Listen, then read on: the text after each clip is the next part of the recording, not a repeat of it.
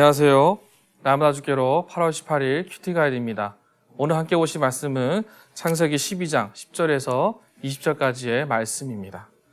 아직 가나안에 제대로 정착하지 못한 아브라함이 가나안 땅을 떠나야 하는 위기가 찾아오게 됩니다.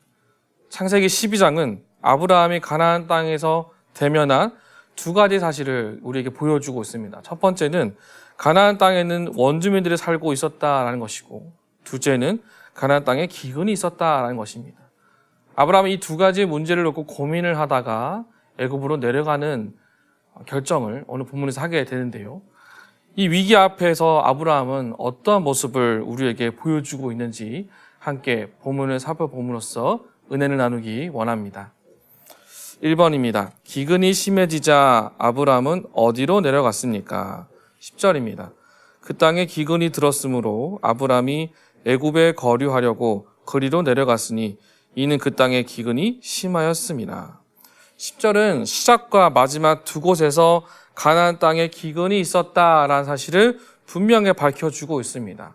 두 번째 진술에서는 이 기근이 너무 극심했다라고 설명을 합니다. 때문에 아브라함은 이집트로 내려갈 수밖에 없었다라는 것처럼 보여주고 있죠. 내려갔다라는 이 표현은 그곳에 영원히 정착하기 위한 것이 아니다라는 원어의 뜻을 가지고 있었습니다. 지금 내가 만난 위기를 잠깐 모면하고 피하려고 하는 임시 방편인 것이죠. 기근의 위기를 피하려고 간 것. 그런데 이 모든 의도 속에는 아브라함 마음에 부정적인 생각이 있었다라는 겁니다. 가나안 땅을 밟게 될 그 모든 일에 확신이 없었다라는 것이죠. 그것은 무엇을 말하는가? 하나님에 대한 신앙이 점점점 흔들리고 있다라는 것을 본문은 우리에게 간접적으로 설명을 하고 있습니다. 2번입니다. 아브라함은 사라에게 무엇을 말합니까? 12절입니다. 애굽 사람이 그대를 볼 때 이르기를 이는 그의 아내라 하여 나는 죽이고 그대는 살리리니. 가나안의 기근 가운데 함께 계시는 그 하나님을 믿지 못하면서 불신한 이 아브라함은 이집트로 내려가면서도 하나님이 자기 자신을 보호해주지 못할 것이라는 믿음을 갖기 시작합니다. 불안함 때문에 자신에게 주어진 믿음을 의심하기 시작하는 것이죠.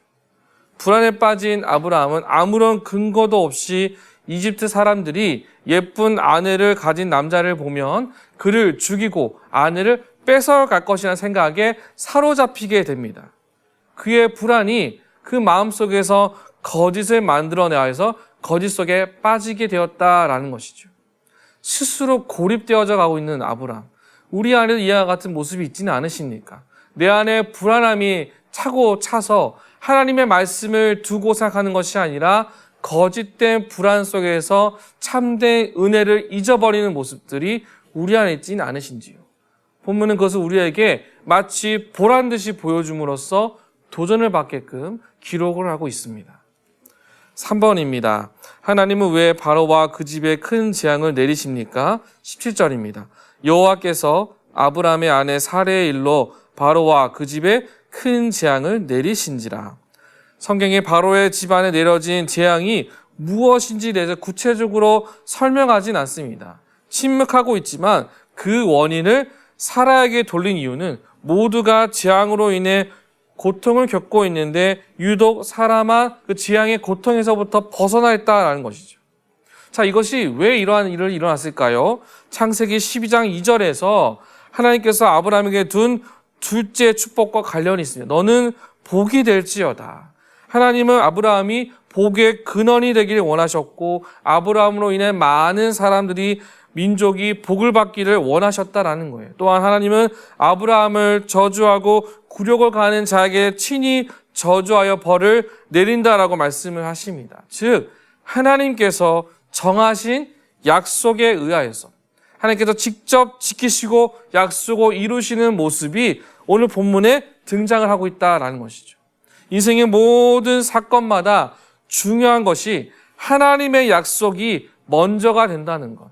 아브라함의 인생 가운데 주어진 약속이 말도 안 되는 상황 속에서도 지켜지고 하나님의 뜻 가운데 이루어지고 있다는 것. 우리는 이 사실을 봄으로써 우리의 삶의 여정에서도 이 약속 앞에서 담대히 하나님의 뜻을 발견하고 그 약속을 따라 살아갈 수 있는 지혜가 우리 안에 있어야 할 줄로 믿습니다. 그것을 본문은 우리에게 분명하게 보여주고 있습니다. 4번입니다. 하나님께서는 아브라함에게 재앙을 내리지 않으시고 왜 바로와 그 집에 큰 재앙을 내리시는지 묵상해 봅시다. 아브라함을 저주하는 일이 생길 경우 하나님은 아브라함을 저주하는 것이 아니라 아브라함을 저주한 사람을 벌 주고 이와 같은 재앙을 내리신다는 것이죠. 이 원리가 바로 아브라함의 삶 가운데 적용되었다라는 겁니다. 바로를 징벌한 것은 하나님께서 위기에 빠진 아브라함과 함께 하시는 전능하신 하나님이심을 보여주고 있다라는 것을 본문 우리에게 설명하고 있습니다. 마지막 5번입니다. 불안할 때 나는 무엇에 기댑니까? 내가 항상 의지할 분은 나의 연약함을 탓하지 않으시고 신실하게 약속을 지키시는 하나님이심을 믿고 기도 드립시다. 그렇습니다. 오늘도 우리는 오늘 하루를 살아가시면서 신실하신 하나님과 함께 동행하는 삶을 살아가실 겁니다.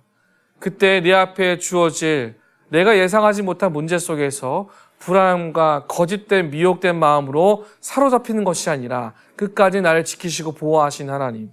오늘도 나와 함께 하셔서 두려움과 의심이 아니라 확신과 승리로 나아가게 하실 그 하나님을 바라보시며 오늘도 승리하는 저와 여러분 모두가 되시기를 주님의 이름으로 축복합니다.